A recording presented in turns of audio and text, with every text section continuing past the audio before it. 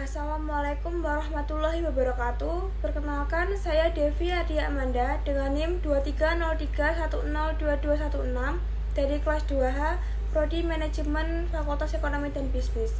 Video ini saya buat untuk memenuhi tugas mata kuliah pengantar akuntansi 2 yang diampu oleh Ibu Wiwin Julianti, SE, SPD, MAK. Di sini saya akan menjelaskan tentang aktiva tetap tidak terwujud. Yang pertama, saya akan menjelaskan tentang pengertian aktiva tetap tidak terwujud.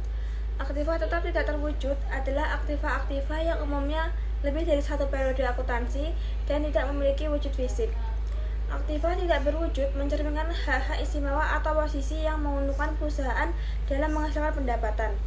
Dengan kata lain, aktiva tidak berwujud dalam pengertian akuntansi adalah aktiva yang diperoleh atau dibeli dari pihak lain untuk dikembangkan sendiri oleh perusahaan, memberikan hak-hak mutlak dan istimewa kepada pemilik atau perusahaan, memberikan manfaat dan digunakan dalam posisi normal perusahaan, dan mempunyai masa kegunaan relatif permanen atau lebih dari satu periode akuntansi. Yang kedua, saya akan menjelaskan tentang kriteria aktiva tidak berwujud. Yang pertama, immateriality, yaitu ketidakberwujudan. Yang kedua, interdependent, yaitu ketergantungan pada aktiva lain. Dan yang ketiga, non-transferability, yaitu tidak dapat ditransfer tanpa mengganggu jalannya operasi perusahaan. Selanjutnya, saya akan menjelaskan jenis-jenis aktiva tetap tidak berwujud. Yang pertama, paten. Paten yaitu hak yang diberikan kepada pihak yang menemukan sesuatu hal baru untuk membuat, menjual, atau mengawasi penemuannya selama jangka waktu 17 tahun. Yang termasuk harga perolehan paten jika paten tersebut diperoleh karena pengembangan biaya-biaya pendaftaran, biaya pembuatan model dan gambar, biaya yang dikeluarkan untuk membuat percobaan dan pengembangan. Amortisi paten akan dikelompokkan dalam biaya produksi jika paten tersebut digunakan dalam proses produksi, tetapi jika paten digunakan untuk kegiatan penjualan, maka amortisasi paten akan dibebankan sebagai biaya penjualan. Yang kedua, copyright atau hak cipta.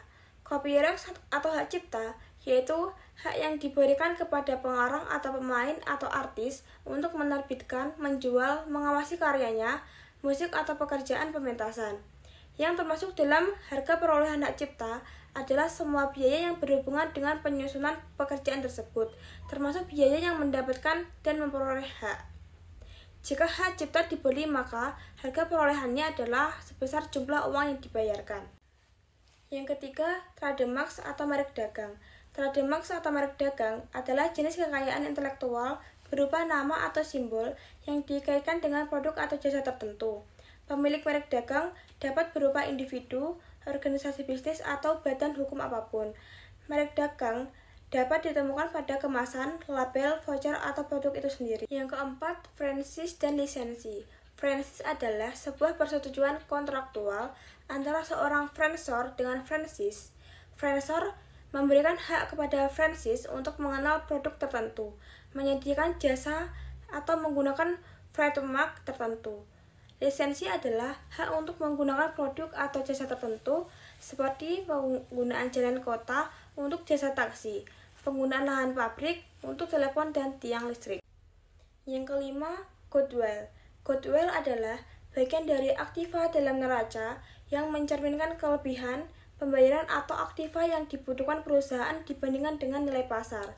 Goodwill hanya akan dicatat perusahaan apabila perusahaan membeli bisnis orang lain. Sekian yang dapat saya sampaikan, kurang lebihnya saya mohon maaf. Wassalamualaikum warahmatullahi wabarakatuh.